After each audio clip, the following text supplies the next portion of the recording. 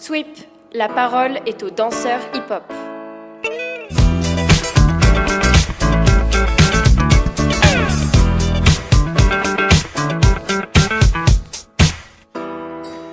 Yo, yo, yo, Face, aka El Professeur des hip-hop, comment ça va? Ça va très bien. Cool. On est très ravis de te recevoir. Et avant de te poser la première question, je souhaite la bienvenue à ceux qui nous rejoignent sur cet épisode et qui n'ont peut-être pas écouté les précédents. Donc, je rappelle les basiques. Le podcast, il s'appelle Sweep, S-W-E-E-P. Il est présent sur les différentes plateformes Apple Podcasts, Spotify, Deezer et YouTube. Voilà, vous ne pourrez pas dire que vous n'avez pas les informations. Face, personnellement, je suis trop content de te recevoir. Moi, je suis un b-boy, je viens pas de la danse freestyle, de la danse hip-hop, mais j'ai beaucoup regardé ce que tu faisais. Ça m'a inspiré dans ma pratique de break. Donc, vraiment, c'est un plaisir. Est-ce que pour commencer simplement, tu peux te présenter, s'il te plaît? D'accord. Bah écoute, d'abord merci pour cette introduction. Puis de deux, merci aussi de m'inviter sur ce podcast.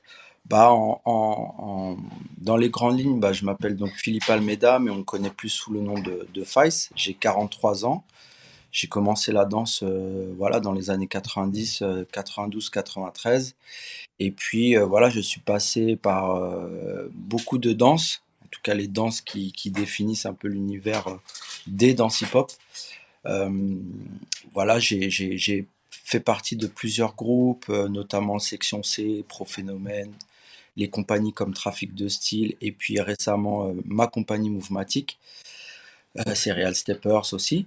Et puis voilà, je suis chorégraphe de la compagnie Mouvematic.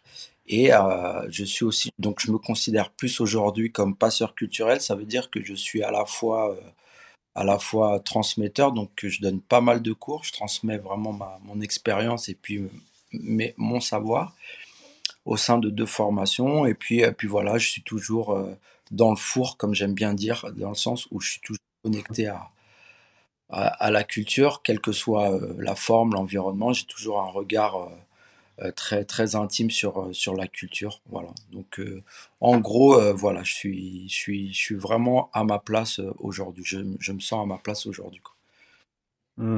C'est bon de pouvoir dire ça. Est-ce que c'est quelque chose que depuis que tu as commencé la danse, tu as toujours pu dire cette phrase-là ou c'est quelque chose qui est récent? Non, c'est récent dans le sens où là, je me sens vraiment ancré dans le paysage des danses hip-hop et plus largement de la culture hip-hop que j'aime avant tout. Professionnellement aussi, j'ai pu trouver voilà, des points d'accroche où justement je peux vivre de ma passion, je peux vivre décemment de ma passion. Et puis trois, c'est artistiquement, voilà, je me sens épanoui dans mes derniers projets, les projets en cours, les futurs projets. Enfin voilà, je souhaite vraiment pouvoir faire ça le plus longtemps possible. Et donc rien que ça, c'est énorme. C'est énorme. Mais j'ai pas toujours eu. C'est là aujourd'hui que je peux dire ça. Sinon après voilà, dans ma construction, c'est beaucoup de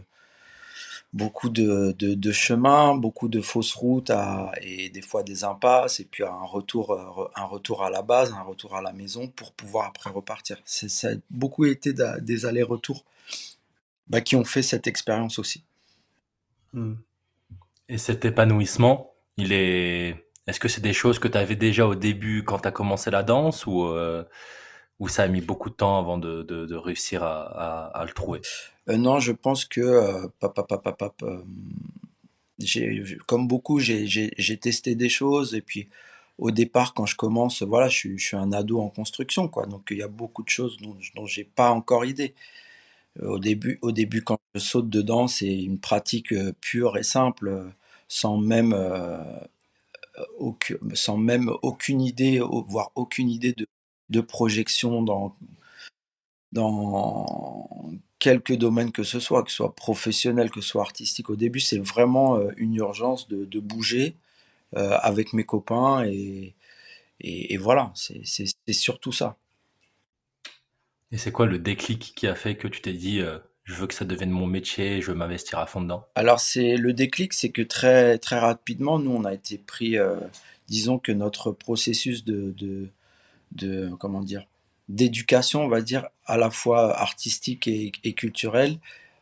Il a été possible grâce à la ville de Cergy, beaucoup, qui a mis en place quand même pas mal d'actions et pas mal de choses pour sa jeunesse. Et puis c'est des rencontres, notamment avec tous les danseurs de Trafic de Style à l'époque. Vraiment la compagnie qui a fait parler d'elle sur Cergy, avec voilà, Bruno, Ludo, Salem, Stéphane Fricou, Yaman, enfin voilà, pour ne citer que, et Sébastien Lefrançois. Donc mine de rien, cette formation nous a permis d'avoir un regard assez, assez pertinent, assez aiguisé très tôt sur de Mhm. mouvement, de construction de mouvement, d'architecture. Voilà, et puis on vient d'une ville où justement l'architecture a une place prépondérante et peut-être c'est inconsciemment, c'est un ADN qu'on a eu très tôt dans la construction de nos pas, nos enchaînements. Et très vite, comment dire, on a été face à des situations de professionnels en tant qu'amateurs. Donc très tôt, on était dans le vif du sujet, quoi. Et donc pour faire un vrai bond dans le passé, dans le tout début, euh, quand toi t'as démarré, toi t'es originaire de Cergy à la base? Ouais, ouais, ouais. Moi, je suis arrivé à Cergy en 82. Ok. Puis voilà, j'ai grandi à Cergy et j'ai baroudé dans les quartiers de Cergy, nord, sud, est, ouest. Voilà, donc et puis tous mes amis, mes frères que j'ai pu rencontrer à l'époque, voilà, venaient aussi de quartiers différents. Et voilà, donc ouais, moi, je suis vraiment un enfant de Cergy, quoi. Et donc quand t'as démarré, les choses mises en place par la ville étaient déjà là ou le tout début, ça se passe comment le tout début pour toi? T'as démarré avec un mentor, t'as croisé des danseurs ou t'as fait partie de la première génération de la ville? Non, on n'est pas la première génération dans le sens où avant nous, il y avait des danseuses et des danseurs, pour ne citer que les ABS ou Explicit L, SAP aussi. Enfin voilà, Sergi a toujours été une terre de talent, que ce soit dans le rap, que ce soit dans la SAP, que ce soit dans la danse. Même c'est une des premières villes câblées à l'époque, donc on est une des premières villes à avoir MTV le samedi, par exemple.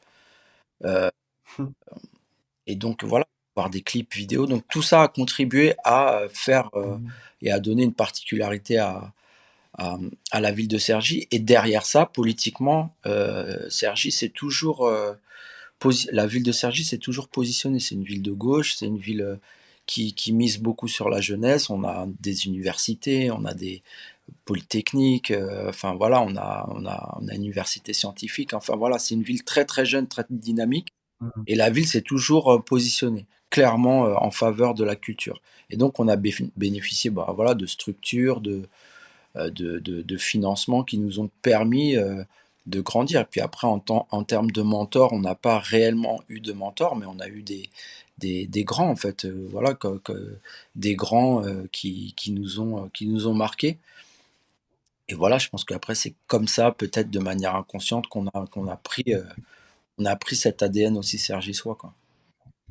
Ah, je trouve ça génial que d'entrée de jeu, tu parles à ce point-là de tous les petits éléments inconscients de l'environnement. Enfin, tu as parlé de l'architecture, des lignes des bâtiments, tu as parlé de la politique qu'il y avait, du fait que vous ayez été câblé, etc. Ouais.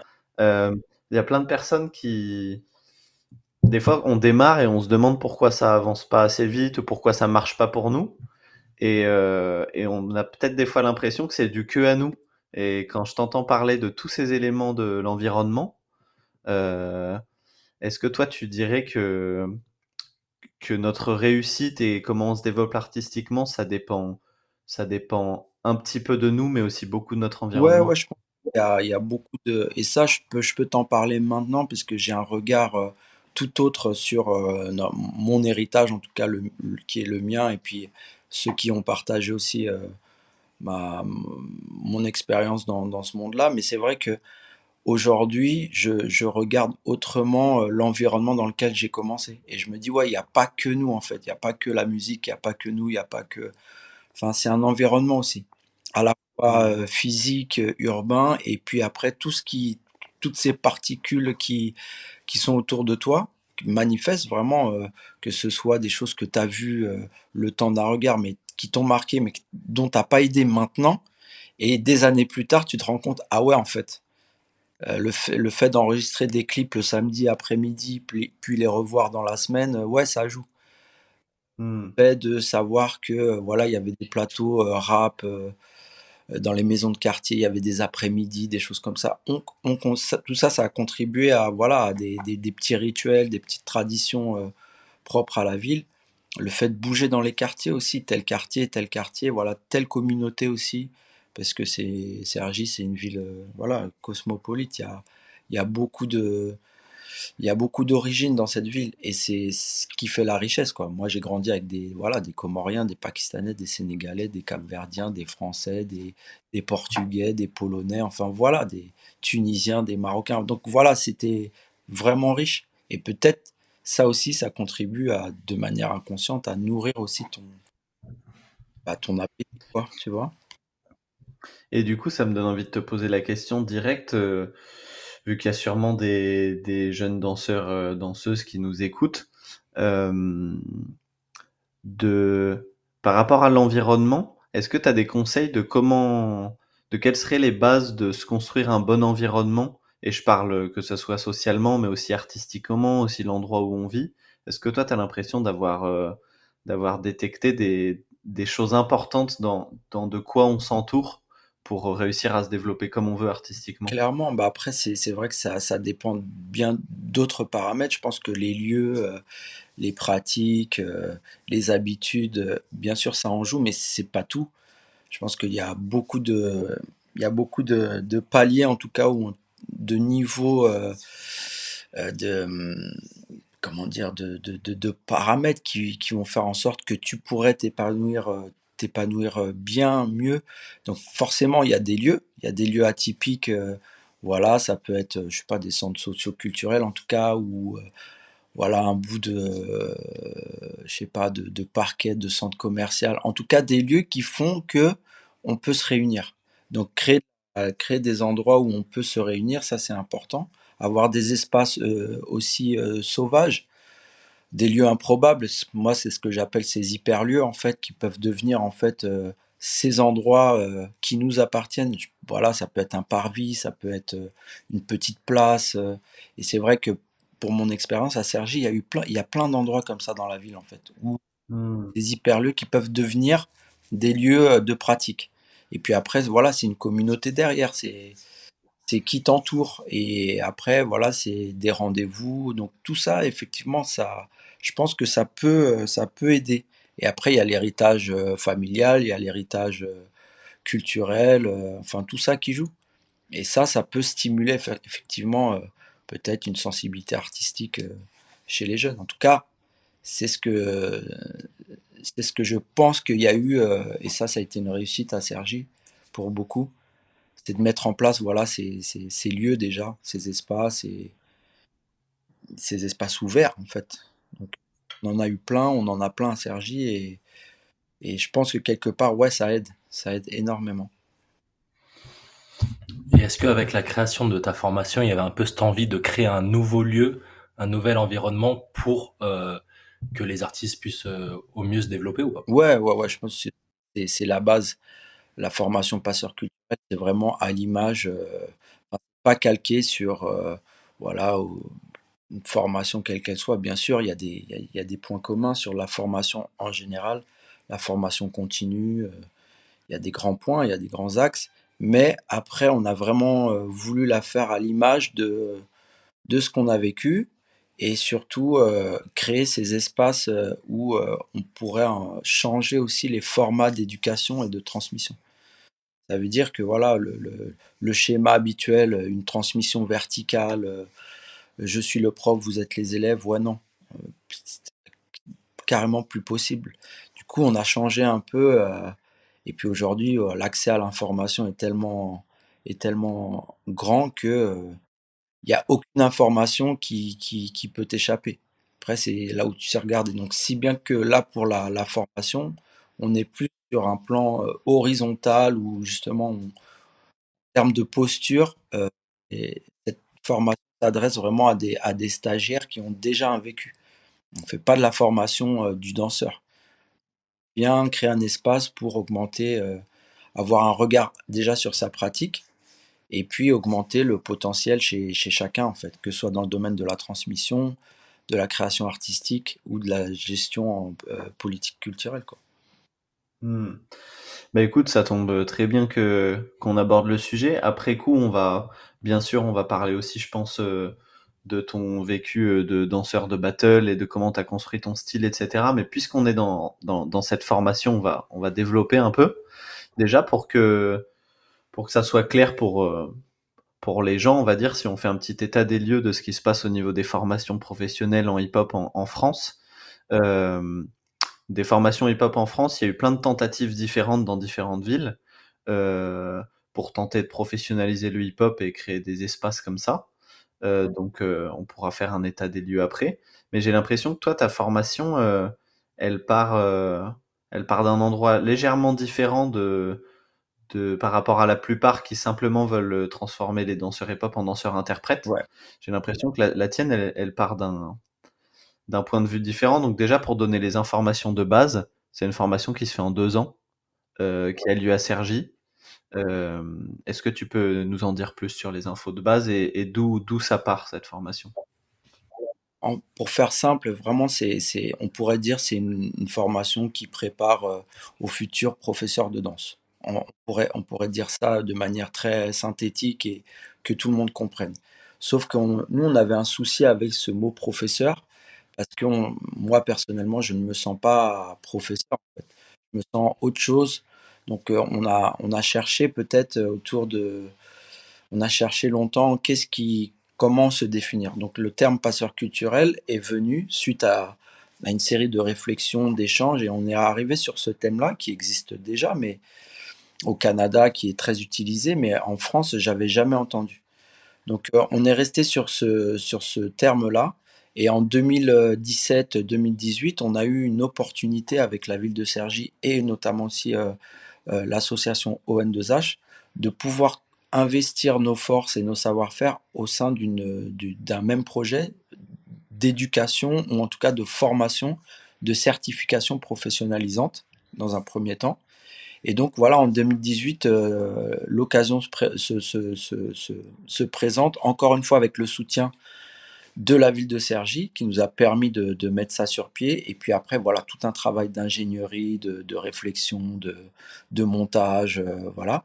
Et cette formation, contrairement aux autres, dont moi-même je fais partie, hein, former des danseurs, on a toujours su faire en France. On a toujours su former des danseurs sans avoir une formation ultra sophistiquée, etc. Par contre, on n'a jamais vraiment pris le temps de former à la transmission. À la transmission, puisque très souvent, les jeunes sont formés et le premier travail qui s'offre à ces jeunes-là, c'est peut-être d'aller, ou leur choix, c'est d'aller donner des cours.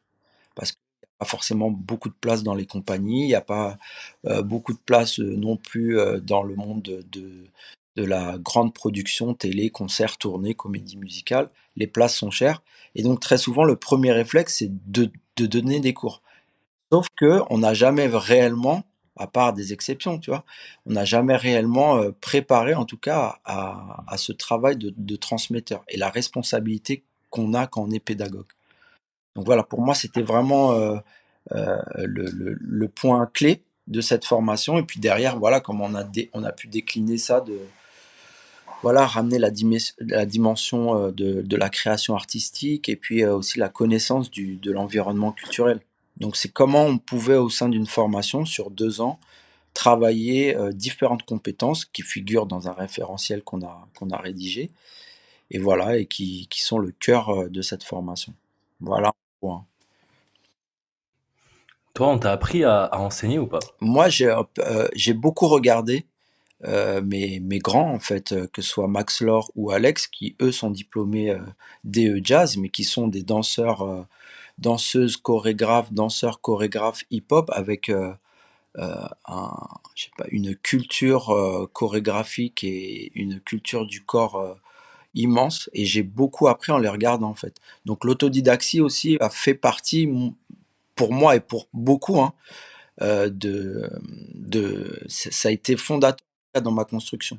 Et aujourd'hui, l'autodidactie, pour moi, c'est un art, en fait. C'est vraiment un socle dans notre univers hip-hop. Et ça aussi, c'était pouvoir le nommer, pouvoir l'identifier et pouvoir vraiment euh, tirer les échantillons de, de, de, de, de ce terme-là. Et qu'est-ce qui fait que l'autodidactie est très présente dans la culture hip-hop?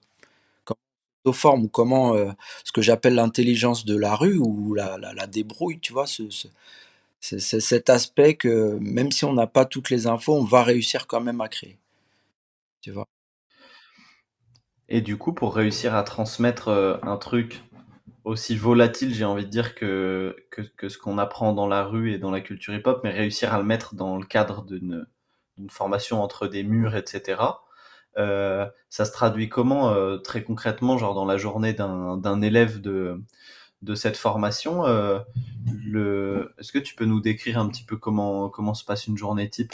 Bah, une journée type, en fait, quand on commence après avoir passé une audition, un entretien, lorsque le stagiaire est choisi, il arrive début octobre. C'est de octobre à mai. Et en première année, en tout cas, c'est un travail de technique le matin. En gros, on a 3 heures de cours techniques dans les 5 disciplines.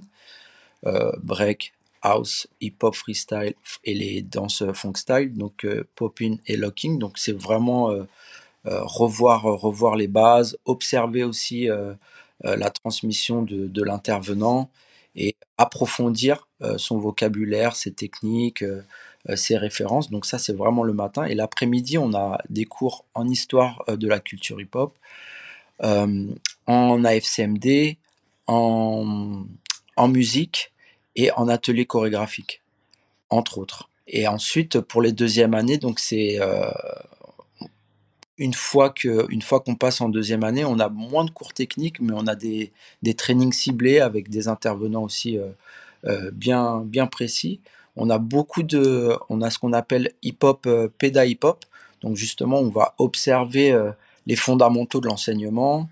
On va travailler sur des mises en situation, comment parler mieux de sa danse, comment pouvoir monter un programme sur 3 mois, 6 mois, 9 mois, interroger en gros ses pratiques lorsqu'on est dans cette posture de transmetteur.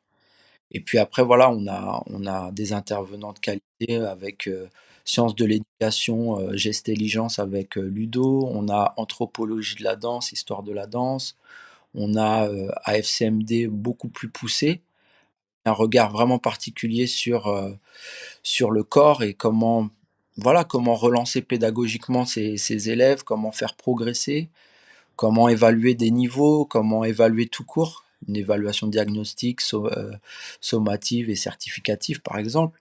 Donc voilà, c'est énormément de choses qui sont en lien direct avec ce qu'on fait tous les jours en vrai. Mais peut-être peut-être sur lequel on n'a jamais réellement posé une réflexion. En tout cas, moi, c'est beaucoup la réflexion que je me suis faite, puisque la pédagogie, ça m'a toujours parlé, même dans mes créas, mon management d'équipe, pour moi, ça a une place importante. Et aussi, comment parler de nos danses. Pour moi, ça aussi, ça a été le gros challenge ces dernières années. Je pense aussi qu'il y a une méconnaissance de ce qu'on fait, parce que même nous, propres acteurs, peut-être on parle pas assez et pas assez bien, donc ça n'engage que moi, hein, mais pas assez bien de ce qu'on fait. On sait le danser, on a confiance, mais peut-être que pour un plus large public, il faudrait traduire autrement. Donc ça a été vraiment la question avec mes partenaires, quoi. Je dois vraiment te dire que moi-même, je suis pédagogue et je m'intéresse à ces questions et ça fait du bien d'entendre ça. C'est pour ça que ça fait longtemps qu'on voulait te recevoir sur le podcast et j'ai croisé des élèves qui sont ou qui ont été dans ta formation qui m'ont dit que du bien. Ouais. Et, et vraiment, ça fait plaisir à entendre parce que pour avoir été enseignant dans différentes formations pro, etc., moi j'ai un constat et du coup ça ne concerne que moi et je vais me mouiller un petit peu aussi, mais moi j'ai un constat des formations professionnelles en France qui est un peu mitigé dans la manière dont ça se développe. Tu m'entends Ouais, bien? ouais, ouais, je suis toujours là, ouais. Et par exemple, ne serait-ce que pour donner l'exemple de la ville de Bordeaux, on y est en ce moment, c'est de là qu'on enregistre. À Bordeaux, il y a différentes formations professionnelles. Il y a la formation Révolution qui a fonctionné fut un temps en accord avec une époque, mais qui s'est arrêtée. C'est la première année où ça n'a plus lieu. Ouais. Il y a la formation Adage en hip-hop qui tout doucement se met à accepter des danseurs qui viennent même plus forcément du milieu hip-hop et qui n'ont pas non plus le niveau requis pour ensuite pouvoir travailler, donc qui finalement sortent de la formation et se trouvent un peu dans une impasse. Et voilà, il y a quelques autres tentatives, mais de formation qui, à mon sens, sont soit incomplètes, soit envoient les danseurs dans des impasses. Et ça me fait me demander si on serait pas en train de louper une sorte de virage, en fait, de louper tu vois, de louper un tournant qu'on devrait réussir à prendre vers là où on amène les danseurs, comment on institutionnalise le truc. Et, de t'entendre parler de la formation, je t'avoue que ça me rassure. Et je me demande, toi, quel constat t'as de ça? Est-ce que t'as l'impression, si tu as un regard sur l'entièreté de la France, qu'on n'est pas un peu en train de se planter? Bah, je pense aussi que après Covid, économiquement parlant, la formation a été, ce qui a pu, malgré, l'arrêt des activités, a pu continuer online. Donc en fait, c'est comme s'il y a eu un sursaut parce que après Covid, je sais pas si toi, tu as ressenti comme ça, mais j'ai vu, enfin moi j'ai j'ai senti un espèce d'explosion au niveau de la formation et pas que dans le domaine de la danse, hein, partout. Il y a énormément de formations, mais il y a de moins en moins de candidats. Parce que aussi le constat, je reviendrai aussi sur, le contenu, la façon de gérer, mais ne serait-ce que sur la fréquentation, que ce soit dans les différents domaines de disciplines classiques, contemporaines, jazz, et hip-hop, il y a, il y a une décroissance au niveau des inscrits et des candidats potentiels. Il y a de moins en moins de personnes qui souhaitent se former, mais de plus en plus de personnes qui veulent danser, en fait. Ils veulent de l'expérience, ils veulent danser. Et je pense aussi on a, on a un vrai souci dans le domaine de la formation hip-hop et qu'il y a pas mal de choses qu'on ne traite pas de la meilleure des façons, tu vois. Ne serait-ce que sur le contenu, même sur la qualification des intervenants. T'en as des très bons, hein, ça, il n'y a pas de problème, mais t'en as aussi, faut dire ce qu'il y a, il y en a de très mauvais. Et, ou peut-être pas mauvais, mais peut-être qui manquent en qualification. Et peut-être qu'aussi, le problème, c'est pas tant les formations, mais c'est peut-être aussi les formateurs, tu vois. Donc il y a peut-être un regard à avoir sur nos pratiques. Moi, ce que je souhaitais faire à un moment donné, c'était, même, un projet que j'ai qui s'appelle Interschool, qui était aussi, de rassembler différents pédagogues de différentes écoles et avoir une espèce de colloque autour de différentes thématiques, tu vois? Soit, je sais pas moi, l'évaluation dans les formations ou, comment monter un programme ou, la question de l'échauffement ou la question du toucher, la q tu vois? Des questions majeures qui reviennent suite à des scandales aussi qui sont sortis des attitudes ou des postures, qui sont contraires à l'éthique, tu vois? Donc tout ça, ça questionne et vu la croissance, bah, des formations qui sortent de partout, tu vois?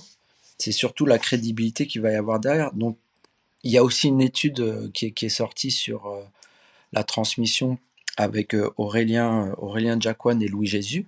Je sais pas si tu as pu lire, cette étude, mais voilà, ça dresse aussi un constat. Bon, certes, c'est discutable, leur travail, mais je pense qu'il y a, ça donne quand même une overview, une vue d'ensemble sur, ces 10 dernières années de formation et là où les grandes questions, où est-ce qu'on va, en fait, avec la formation? Donc ouais, pour moi, il y a une alerte, ou peut-être il y a un regard à avoir, sur la formation en danse hip-hop en général. Hmm. Et donc, on prend un petit exemple pour illustrer. Tu as parlé de la notation. En effet, la notation dans l'éducation en général, c'est une vraie question parce que ça place tout de suite des hiérarchies, ça atteint vachement l'estime de soi pour les élèves et tout. Vous, ça se passe comment? Vous rendez les copies de 0 à 20 du moins bon au Non, meilleur? non, non, donc nous, on est vraiment sur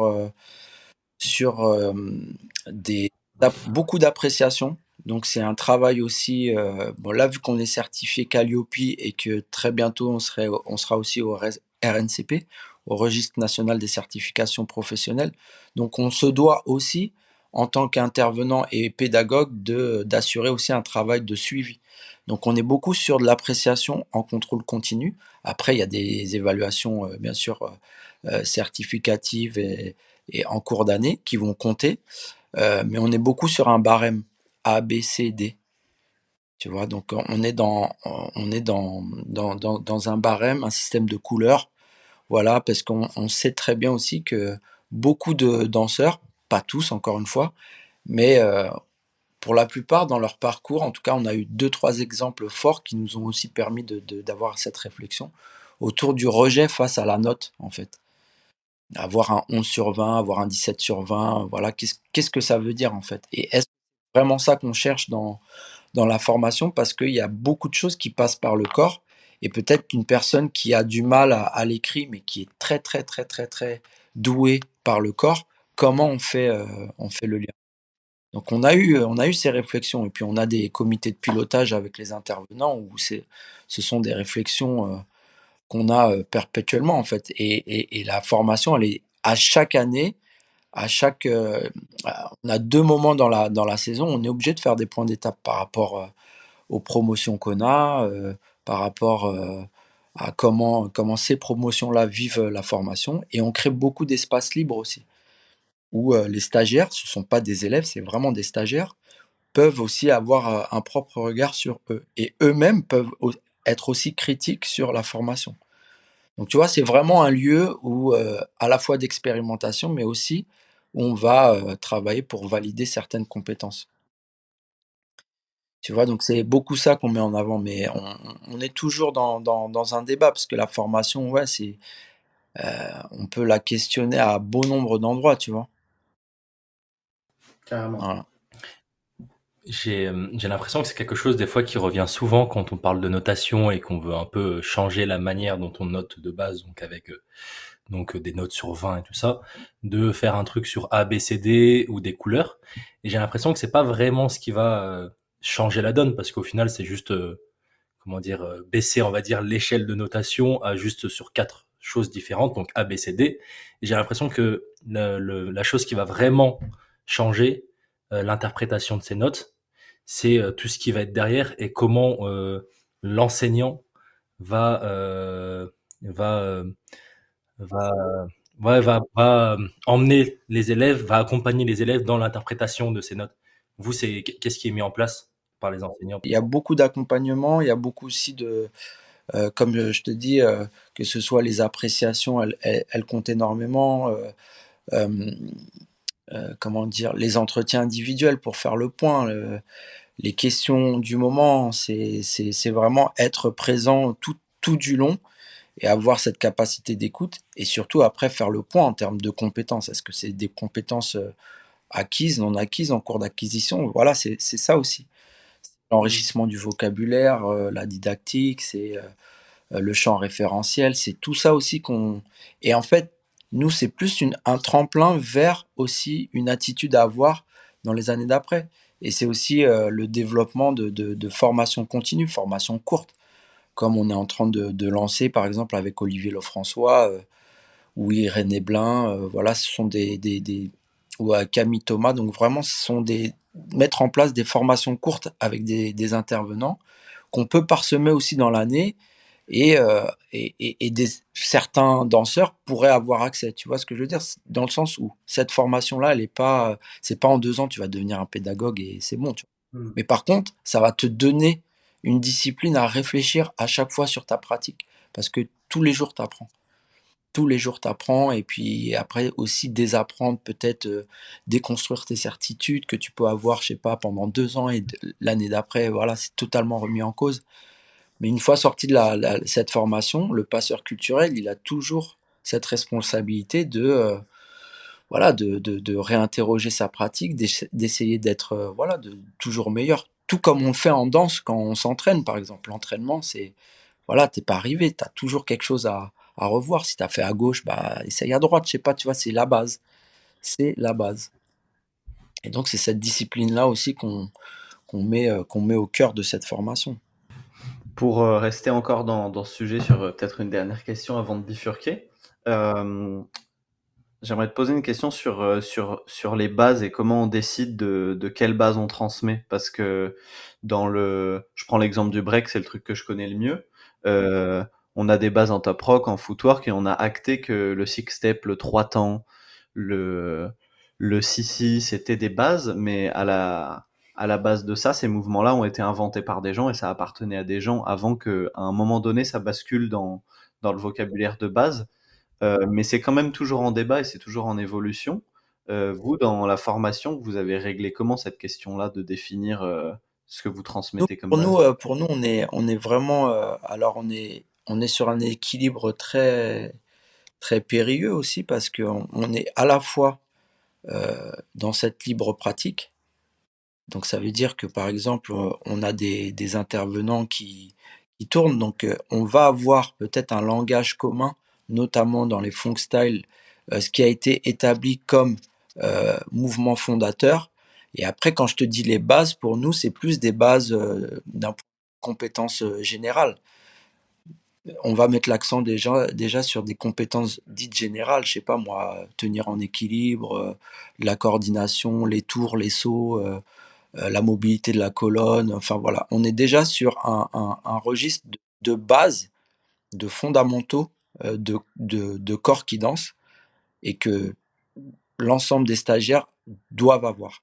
Ensuite, dans ce qui est du débat de qu'est-ce qui est une base ou qu'est-ce qui est un mouvement fondateur, forcément, on s'est arrêté sur des bases qui sont représentatives de ces esthétiques et qui peuvent être aussi constituer ce qui va être la base dans l'enseignement dans cette formation, ainsi que dans les autres. Parce que voilà, on est aussi toujours les mêmes, le même groupe de professeurs en fait, ou en tout cas d'intervenants. On est on se connaît maintenant en fait, que ce soit, Gator, que ce soit Sharks, que ce soit Feist, que ce soit Phoenix, que ce soit Yuxon, Mich, Fabrizi, et Willow, Piloc, enfin voilà. On a vraiment établi un langage où on sait que pour nous, ça va être ça. Mais avant ça, ça va être la construction aussi des corps des danseurs, de manière générale, tu vois? Donc nous, on n'a pas trop de questions sur qu'est-ce qui est établi comme base ou pas, sachant que, ça dépendra toujours, de qui toi tu décides qui est la représentation de ce que tu aimes et qu'est-ce qui est légitime pour toi. Pour toi, par exemple, voilà, ce qui va être représentatif de ta discipline, c'est telle base. Si tu dois en choisir 3 ou 5, tu vas choisir celle-là parce qu'elles correspondent peut-être à ta représentation dans ton histoire et ta légitimité. Et ce que je sais aussi, c'est qu'il y a une histoire, mais il y a des histoires, tu vois? Donc c'est quelle place tu laisses à tout ça aussi? Et c'est un vrai débat, hein, j'ai pas la réponse, mais disons qu'on on va laisser la place aussi à ce débat. Et c'est ça aussi qui crée à chaque fois de l'émulation, de la réflexion et que rien n'est figé. Après, bien sûr, on va décider, on va faire des choix à un moment donné. On va faire des choix et pour définir, par exemple, voilà, sur une évaluation, qu'est-ce qu'on considère que tu dois avoir, tu vois? Ou tu dois connaître, ou tu dois savoir et savoir faire, par exemple, tu vois? On est aussi sur ce degré d'information, tu vois? L'information que tu prends, que tu vas transformer en connaissance et que cette connaissance-là, peut-être pour toi, deviendra un savoir-être et un savoir-faire. Et ce qui fera aussi de toi et tu auras ta signature et ou pédagogique et ou artistique, derrière, chorégraphique, tu vois? Est-ce que cette réponse te convient, mon Noé? C'est une réponse impeccable. Depuis tout à l'heure, les réponses sont limpides. On n'a même pas à reformuler la question. C'est super. J'aimerais changer un peu de sujet et parler du volet un peu plus institutionnel, on va dire, de l'école, de ta formation. Et tout à l'heure, tu parlais de certification, que vous aviez la certification Calliope et tout ça. Comment vous en êtes arrivé à avoir ce genre de certification? C'est quoi le parcours? Qu'est-ce qui a été mis en place pour, enfin, les conseils en tout cas à donner pour des personnes qui aimeraient monter leur propre Bah, formation? c'est que nous, au début, on était vraiment en expérimentation totale sur la formation. Donc, on avait vraiment aussi on va dire cette confiance et cette carte blanche, mais aussi on a été, on a été reçu par le ministère de la Culture, notamment la DGCA, avec David Maty, Didier Bruno, enfin voilà, tout. On a eu des discussions, puisque la question du diplôme était aussi encore sur le tapis. Donc après, voilà, les avis sont partagés concernant le diplôme. Quoi qu'il en soit, nous, on a décidé que diplôme ou pas, on allait proposer quelque chose, une alternative. Donc la certification, on est parti sur une certification équivalente Bac plus 2, et que derrière, il fallait qu'on nourrisse aussi le contenu. Donc la première étape, c'était de définir un programme et définir les grandes lignes de cette formation. En 2 ans, 1250 heures, enfin voilà, on va dire le parcours classique du montage d'une formation. Ensuite, il fallait que pour qu'on puisse obtenir du financement et que la ville de Cergy aussi puisse se reposer, on va dire, et ne pas tout fournir financièrement, d'un point de vue d'équipement, il fallait qu'on ait des partenaires. Donc on a écrit le référentiel avec voilà, Camille, Laura, et puis une relecture aussi des acteurs d'ON2H. Donc on a fait consensus sur ce référentiel. Ensuite, pour obtenir Calliope, donc on a rempli une trentaine de critères, je crois que c'est plus 36 ou 37 critères de suivi d'une formation. Donc voilà, tout ça, c'est du travail en plus du travail de contenu et de tous les jours, quotidien, d'accueil des stagiaires au bon fonctionnement fluide de la formation, la présence des intervenants, le retour des intervenants. Enfin, c'est un travail colossal. Mais sur 2 ans, disons qu'on a charbonné, et ça nous a permis aujourd'hui d'avoir, en tout cas, le fond et la forme, la substance et la forme de cette formation. Donc oui, c'est du travail. Donc on est passé par beaucoup de rédactions, beaucoup d'entretiens, beaucoup de questionnements, de rendez-vous, de conseils et conseils d'experts, notamment concernant le référentiel d'activité, qui reprend en gros toutes les compétences qu'on cherche qu'on cherche à donner dans cette formation. Il y a des gens qui t'accompagnent pour mettre en place, enfin, tous ces dossiers. Enfin, j'imagine que c'est pas des danseurs hip-hop. Enfin, bon, à part si je me trompe, mais Alors, moi le premier, j'ai jamais fait ça, mais en fait, voilà, j'ai un appétit pour apprendre, et en vrai de vrai, notre communauté, elle ne pourra que grandir si à un moment donné, on se responsabilise à ces endroits-là. Et puis je pense de manière générale, beaucoup de formations aussi, ont accès et souhaitent avoir accès à Calliope qui, voilà, derrière peut faire des prises en charge par l'AFDAS ou Pôle emploi, et il en va de même pour le RNCP. Bon, après, RNCP, c'est les catégories au-dessus, c'est assez lourd comme dossier à monter. Mais voilà, on a une super équipe. Enfin voilà, moi je sais que j'ai une super équipe. On est une super équipe. On a des pépites. Voilà, que ce soit Laura Stale, que ce soit Lou Div Style, que ce soit Camille Thomas, Sophie Courtin, enfin on est toute une équipe Ludo, Ilolo, Ludovic Ilolo, enfin voilà, on est Olivier Lefrançois, Irénée, Nelly, enfin on est toute une équipe concernée par ce travail autour de la transmission. Et puis derrière, ça donne aussi des vocations. Il y a des vocations après la danse, qu'est-ce que je peux faire? Mais il y a tellement d'emplois dans le domaine de la danse, de l'après-danse en fait, ne serait-ce que dans le domaine de la FCMD. Enfin voilà, les mouvements hip-hop vus d'un point de vue fonctionnel. Il y a énormément pour soigner, pour écrire. Et puis après, dans le champ dans le champ référentiel, je sais pas moi, des créations artistiques, il y a plein de choses à faire. Dans le domaine de la musique, il y a plein de choses à faire. Enfin voilà, derrière, il y a aussi un accompagnement et pourquoi pas aussi créer dans le marché de l'emploi de nouveaux emplois sur les 10, 15, 20 prochaines années pour beaucoup de danseuses et danseurs. Génial. Eh bien, écoute, il reste 15 minutes et on pourrait passer encore des heures à parler de la formation, mais pour utiliser les 15 dernières minutes, on va switcher de sujet. En tout cas, ça fait plaisir d'entendre tout ça et j'invite les gens à aller checker les infos de la formation s'il y a des jeunes danseurs que ça intéresse. Pour faire le lien avec toi, ta danse et ta carrière de danseur et tout, j'aimerais bien quand même qu'on puisse parler un peu de ton style et la construction de ton style et tout. Quand on parlait des bases juste avant, tu disais que il n'y a pas une histoire, il y en a plusieurs et que chacun va choisir à un moment donné les outils qu'il veut pour construire son style. Euh, Toi, j'ai l'impression que c'est super clair la manière dont tu as construit ton style et les outils que tu as choisis. Est-ce que tu serais capable de nous définir, de nous faire un peu le squelette de toi, ta danse, elle est faite de quoi? Ouais, ouais, ouais. Bah, historiquement, voilà, j'ai été nourri par, de grands danseurs et de grandes danseuses qui avaient déjà eu une esthétique forte et marquée. Je parle vraiment de Boogie Style et pour moi, fondateur dans la construction du danseur que je suis aujourd'hui.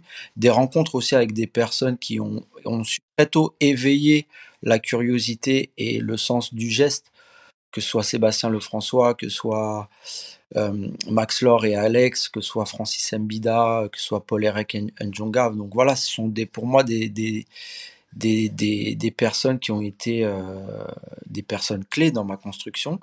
Après, moi, mon choix, il a été très simple. J'ai vraiment choisi une esthétique, une esthétique.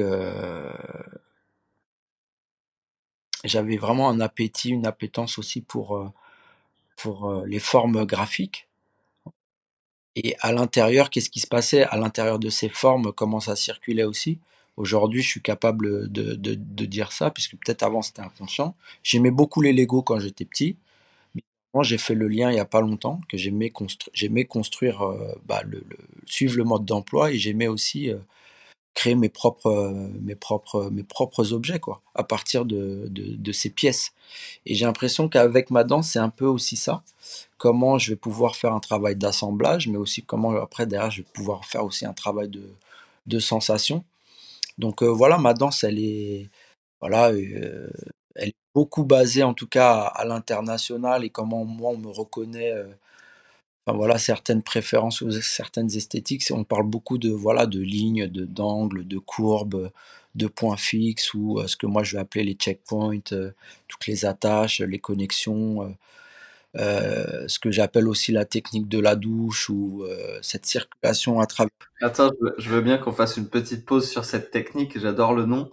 Est-ce que tu peux nous expliquer ce qu'est la technique de la douche, s'il te Alors plaît? ce que j'appelle, ouais, en plus en anglais littéral que je disais, lors de mes stages à l'étranger, donc c'est la shower technique en fait. C'est que j'avais pas trouvé autre image que celle-ci. C'est en fait quand tu te savonnes sous la douche, comment tu parcours le corps en fait, comment tu vas accéder avec la paume de ta main ou le dos ou d'autres surfaces, ton coude, ton menton, enfin voilà, comment tu vas pouvoir tracer du parcours ou tracer en tout cas, un trajet sur le corps, dans un aller, dans un retour, dans une vitesse, dans une autre, dans des liaisons.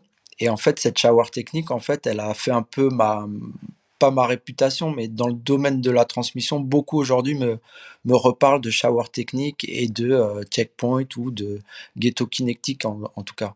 C'est ces trois grands principes en tout cas que je développe beaucoup en tant que concept qui pour moi sont des concepts bien écrits et bien maîtrisés, que je peux sortir comme ça et je peux créer une chorégraphie, que avec ça. Et puis après derrière tout un travail de base que moi en tout cas de mouvement fondateur que je reconnais comme tel, historiquement ou d'un point de vue référence. J'ai tout un arsenal de pas de base ou de pas fondamentaux que j'aime et après derrière de l'autre côté, j'ai tout aussi, d'espèce de construction qui se décline avec des concepts dont les checkpoints, shower technique, et puis ce que je vais appeler les formes PlayStation, croix, carré, rond, triangle. Enfin voilà, j'ai beaucoup bâti en tout cas ma péda autour de ces symboles et ces images, qui étaient pour moi des entrées pédagogiques assez ludiques, mais qui étaient d'une efficacité redoutable en fait. Dès que Dès qu'on comprenait, ça y est, c'était parti, quoi. Voilà, après c'est beaucoup de choses, que j'ai su développer là dans ce contact qu'on a beaucoup pratiqué aussi, de manière instinctive, que ce soit en club, avec Paul Érec, avec Prophénomène, avec Section C, enfin voilà, il y a toujours une trace, de ces grands concepts et ces de danse, hein, que j'ai pas forcément inventé, mais que j'ai vraiment, fait, mien, quoi. Voilà. C'est drôle parce que pour moi, dans la danse, il y a un peu deux écoles. Il y a ceux qui vont trouver très vite leur esthétique et ceux qui vont mettre genre 10, 15 ans avant de trouver, pardon, leur manière de bouger, ce qu'ils kiffent faire dans la danse. Toi, j'ai l'impression que c'est quelque chose que tu as vite trouvé, que ton style en tout cas, c'est quelque chose qui était évident et que tu as vite mis la main dessus. Bah, peut-être que comme je disais, j'ai toujours été curieux et un certain appétit dans le regard. J'aime regarder, bah, voilà, j'aime regarder les formes chorégraphiques, quelles qu'elles soient, voilà, et comme je t'ai dit, inconsciemment, d'où on vient, l'architecture dans laquelle on a grandi, peut-être nous a voilà, on a les 12 colonnes, on a la colonne du Belvédère, on a des grandes esplanades, on a des grandes lignes de fuite, on a, tu vois, des grandes routes, qui peut-être même dans l'inconscient, font travailler mon imaginaire. En tout cas, quand moi je débute. Après, ce qui est évident pour les autres, pour moi ne l'a pas été parce que ça a été en construction. Quand je regarde des vidéos de voilà des années 90 et que je vois après l'évolution, forcément il y a des choses qui changent.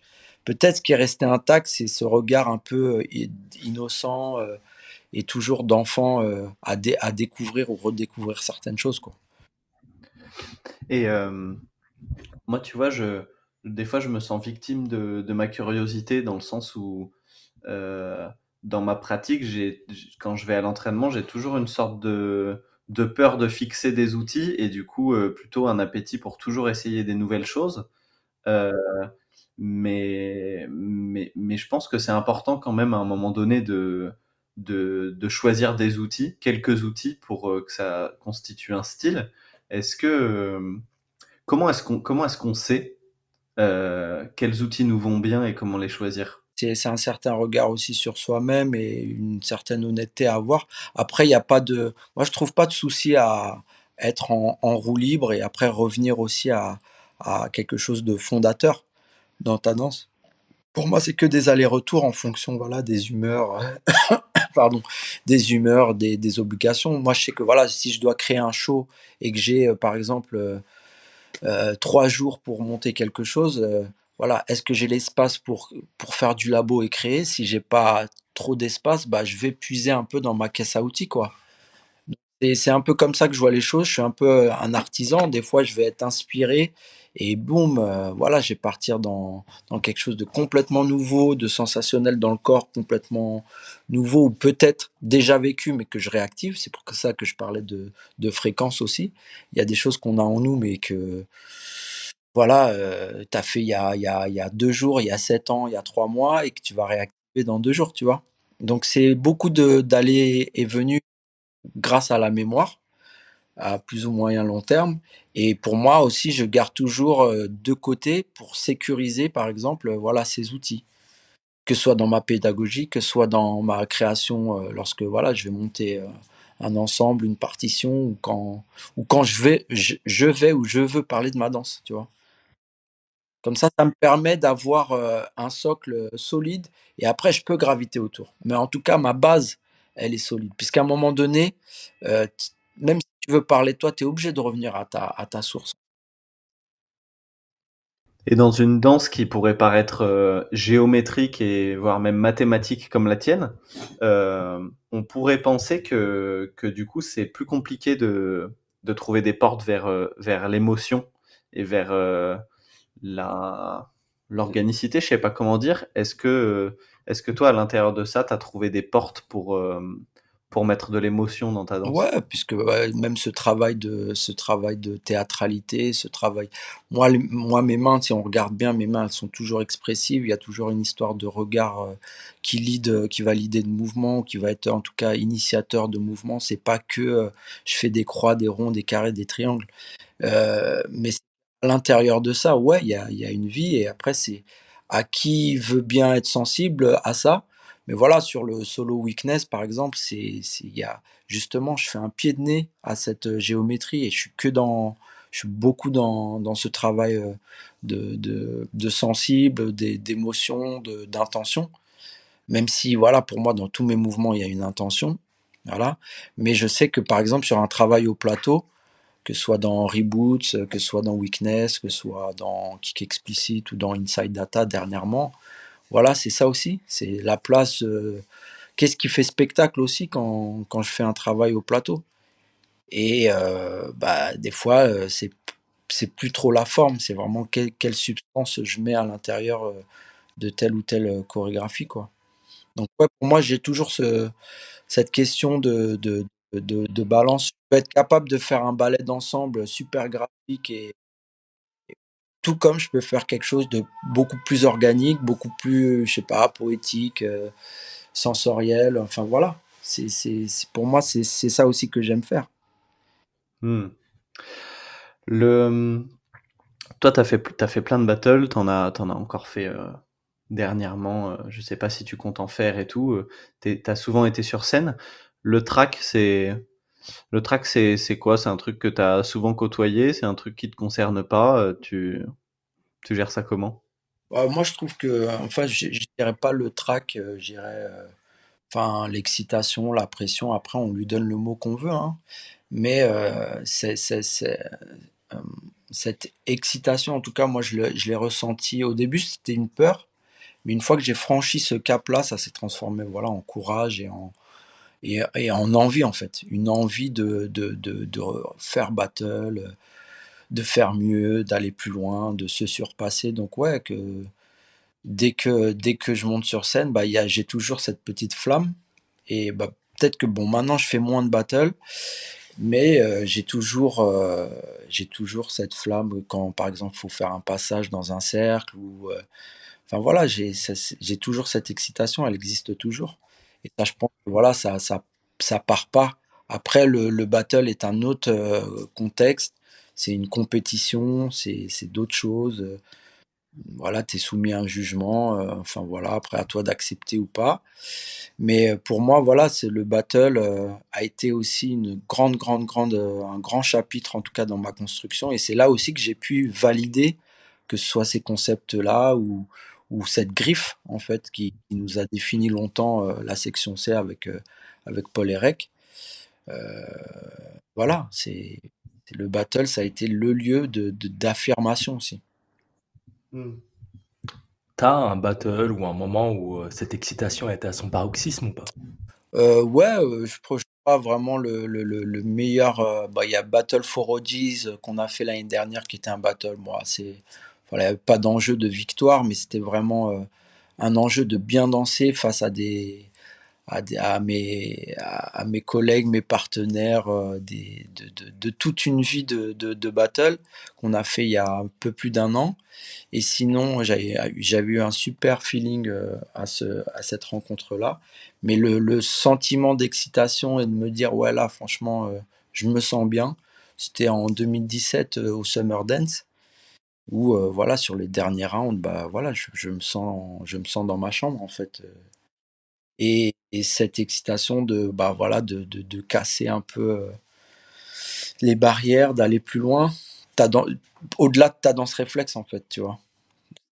Prévisible et après voilà, aller vers cet imprévisible quitte à te surprendre en fait. Voilà, ça c'est ce niveau de concentration tel qu'on appelle donc la zone. Chez nous, voilà, une fois que tu es dans cette zone, bah voilà, tu es intouchable et ça c'est à vivre, c'est trop fort, quoi. Et d'ailleurs, ce battle dont tu parles, en 2017, c'est l'année où tu as gagné, c'est ça, le Summer Ouais, ouais, Dance? ouais. Euh, il y a eu ce moment super touchant à la fin où, en fait, je crois que la plupart des battles que tu as fait, à partir du moment où les danseurs doivent dire eux-mêmes s'ils pensent qu'ils ont gagné ou perdu, ou où plusieurs danseurs sur les rounds de suite t'ont donné gagnant d'eux-mêmes, de leur propre jugement. En finale contre Icy, qu'on a reçu d'ailleurs dans le podcast il y a quelques épisodes, euh, quand il vient de lui-même t'annoncer vainqueur, t'étais très touché. Qu'est-ce qui t'a ému à ce moment-là? Déjà, c'est un battle que j'ai en 2012, que j'ai refait après en Challenger en 2013. J'étais arrivé en finale contre Deadson. Et voilà, c'est un battle que pour moi qui a toute sa place dans ce que j'aime en fait. Et donc le fait que voilà que Batala, Alex et derrière Icy puisse reconnaître que ou en tout cas me laisser cette place en tout cas de vainqueur ou peu importe comment on l'appelle. C'est vrai que pour moi c'est aussi une marque de comment je pourrais dire ça de ouais pas de satisfaction forcément mais de comment dire ça y est en fait j'ai assis aussi quelque part ma danse enfin je l'ai inscrite dans le temps parce qu'en fait derrière voilà c'est beaucoup aussi de discussions et tout et de reconnaître voilà le style de Fice en fait c'était beaucoup ça aussi et c'était un week-end où j'ai jugé j'ai joué mon solo aussi il est enfin, voilà, c'est le solo Weakness, c'est un solo qui est très lourd aussi.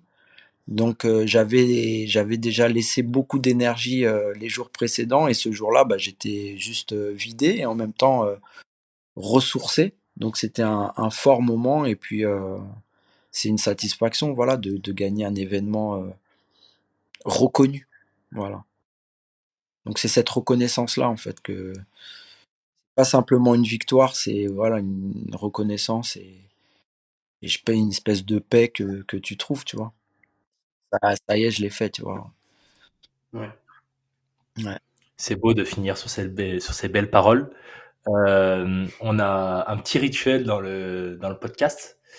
Et le premier, ce serait que tu nous donnes trois battles, moments, je sais pas, spectacles, des films, n'importe, que tu conseillerais à nos auditeurs d'aller voir, d'aller écouter ou 3 références, 3 enfin, quelle qu'elle soit, musique, dans quelle qu'elle soit, ouais.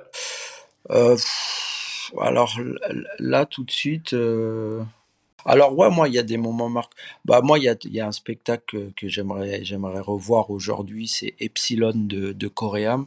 Je sais qu'il y a des rushs, surtout le début, hein, mais c'est surtout le début que je trouve, magnifique. C'est le spectacle, Epsilon de Coréam, chorégraphe Stéphanie Nataf et José Bertogal avec Tip, Salim, Jessica, Alex, Ibrahim et j'en oublie certainement d'autres, mais je sais que voilà, c'est un spectacle qui m'a marqué, tant par la performance que le génie, que le choix musical et les tenues, voilà, l'espèce de début, l'embryon organique. Donc ça, pour moi, c'est marquant.